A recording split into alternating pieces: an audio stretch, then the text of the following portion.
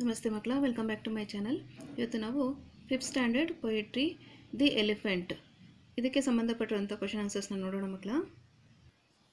ನೋಡಿ, ಮೊದಲನೇದಾಗಿ answer the following questions. Question number 1, what colour is the elephant?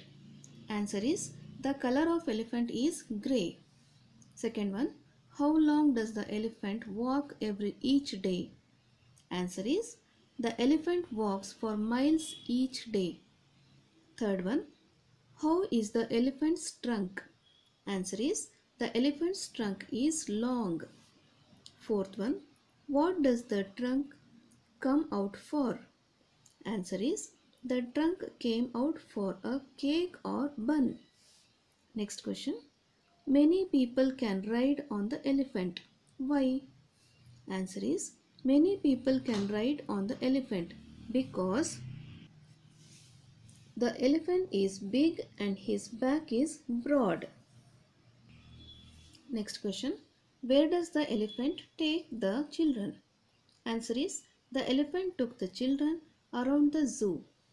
Next question, say the following pairs of words together: grey, day, fun, bun, wide, ride, to, zoo.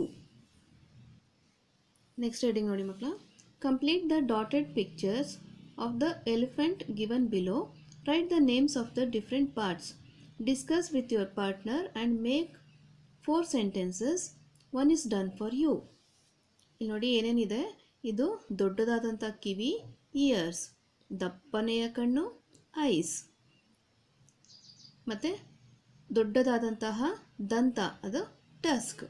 ಇದು ಉದ್ದವಾಗಿರುವಂಥ ಬಾಲ, trunk. ದಪ್ಪವಾಗಿರುವಂಥದ್ದು leg, ಕಾಲು.